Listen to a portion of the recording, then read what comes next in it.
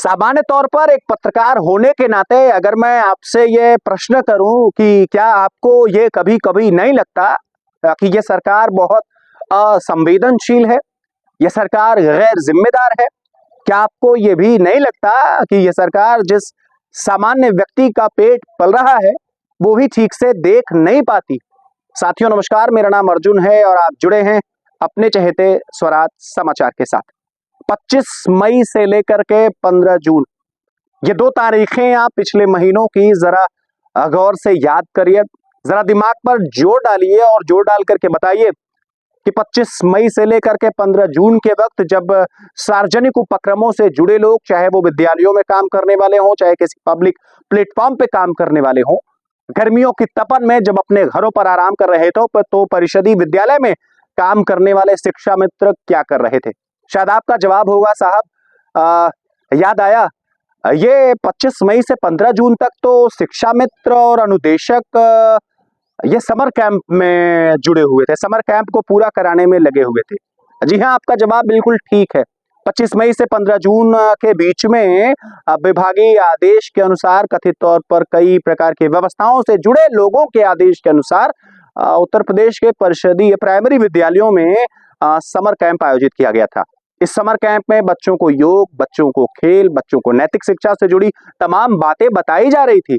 लेकिन जिन शिक्षा मित्रों ने, जिन 1,42,000 शिक्षा मित्रों ने, जिन बड़ी संख्या में अनुदेशकों ने इन बच्चों को समर कैंप में अच्छी बातें बताई, अच्छे खेल खिलाए, उन शिक्षा मित्रों का अब तक पैसा उनके खाते में नहीं आया है। इस खास पेशकश में हम यह समझने की कोशिश करेंगे कि अब तक यह सरकार शिक्षा मित्रों के पीछे क्यों पड़ी है। मात्र 3500 रुपए की छोटी सी सैलरी पर काम शुरू करने वाले शिक्षा मित्र आज 15 साल से अधिक का वक्त देकर के लगभग विद्यालयों में सेवा दे रहे हैं। लेकिन साहब, इन्हें मिला क्या है? शायद शिफर, शायद कुछ भी नहीं। एक आत्मसम्मान मजबूत हो वैसी सैलरी भी इन्हें नहीं मिलती। 3500 रुपए से शुरुआत की और आज सिर्फ 10,000 पर आकर के अटके हैं। 2022-2023 के उत्तर प्रदेश विधानसभा के सत्र में इस बात की चर्चा की जा रही थी कि शायद शासन सत्ता इनकी जो सैलरी है वो 10,000 से बढ़ा करके 25,000 के आसपास कर दे और जो अनुदेशक है उनकी सैलरी भी लगभग 20 के आसपास कर दे। लेकिन साहब, ऐसा नहीं हुआ और फिर शिक्षा मित्रों से काम ले लिया जाता है। जब पैसा देने की बात आती है तो न मालूम क्यों लोग इनके साथ नहीं खड़े होते हैं। इस बाबत हमने जिले के उच्च अधिकारियों से जब बात करने की कोशिश की तो कथित तौर पर उन्होंने बताया जल्द ही उनका पैसा उनके खाते में रिलीज कर दिया जाएगा। लेकिन 1 महीना बीत चुका है, तपन का वक्त था, गर्मियों का वक्त था, चिलचिलाती धूप सरों पर मंडरा रही थी, छोटे छोटे बच्चे घरों से निकल करके विद्यालयों में आ रहे थे। वो वक्त उनको कुछ खिलने खिलाने का नहीं था। बावजूद इसके शिक्षा मित्रों और अनुदेशकों ने बड़ी दृढ़ता और मजबूती के साथ उन्हें खेल खिलाए, नैतिक शिक्षा सिखाई। उसके बावजूद भी उनके पारिश्रमिक नहीं मिले, उनके वेतन नहीं मिले। ऐसा क्यों है? प्रदेश में वैसे कुल मिलाकर के लगभग 1.5 लाख के आसपास शिक्षा मित्र आज भी कार्यरत हैं। मात्र 11 माह की इन्हें सैलरी दी जाती है। न तो अलग से कोई लीव है, न तो अलग से इनके लिए कोई फैसिलिटी। और शिक्षा मित्रों के ऊपर एक कड़वा सत्य ये भी है कि उन्हें सारे विभागीय काम सौंप दिए जाते हैं और एक अध्यापक मस्त होकर के अपने दूसरे कामों को करते रहता है।